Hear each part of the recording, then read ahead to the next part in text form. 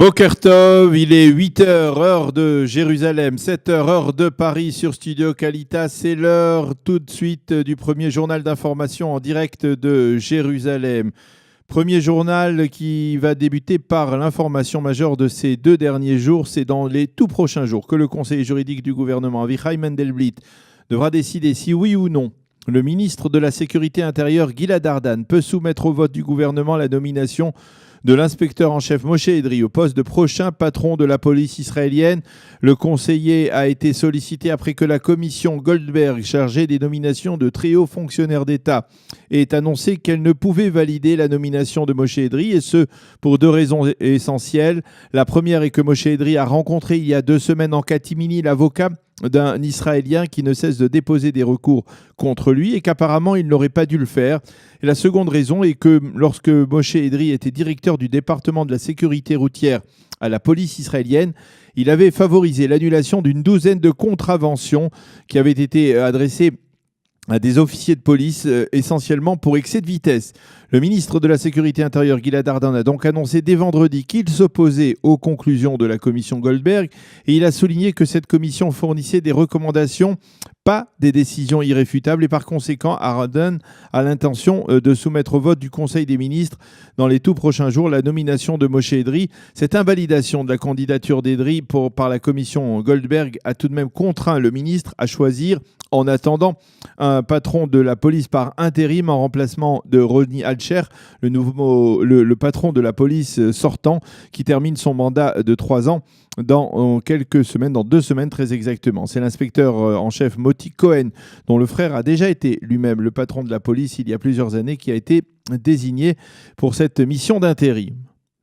Le vice-président américain Mike Pence a déclaré durant le week-end lors d'une convention de l'Organisation de la communauté israélo-américaine son soutien et le soutien des États-Unis à l'État d'Israël. Le monde doit savoir que les États-Unis se tiennent solidement aux côtés d'Israël, a-t-il dit dans une intervention très remarquée.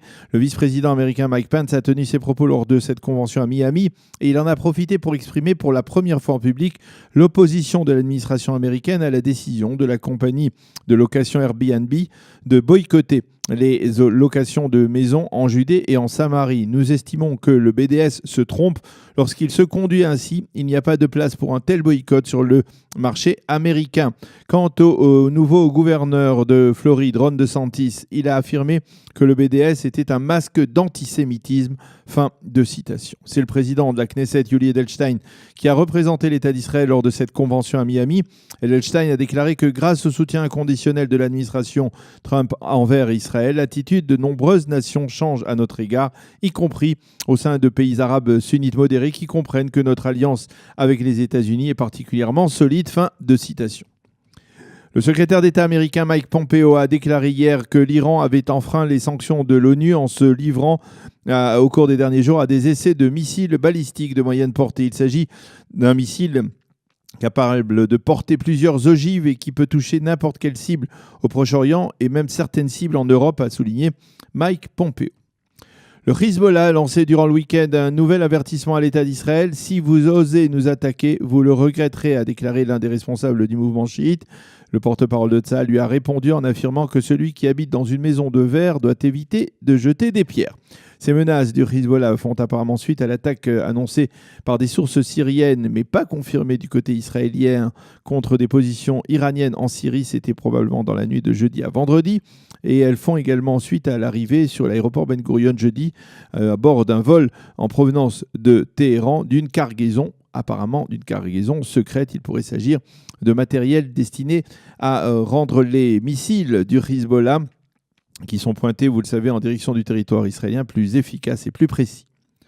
Un attentat terroriste s'est produit vendredi dans le port d'Eilat. Un ouvrier de nationalité jordanienne a attaqué au marteau des ouvriers israéliens. Il en a blessé 2 sérieusement.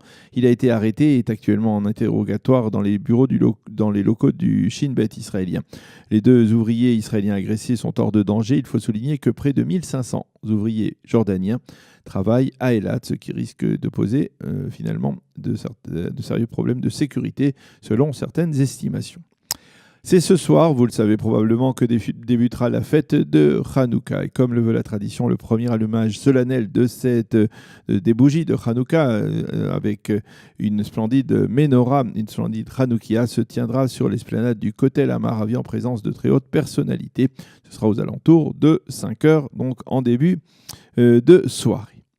La météo pour terminer, le temps sera partiellement nuageux à clair. Il fera 18 degrés aujourd'hui à Jérusalem, 22 à Tel Aviv et 26 degrés à Eilat. Voilà donc pour ce premier journal d'information diffusé en direct de Jérusalem sur Studio Kalita.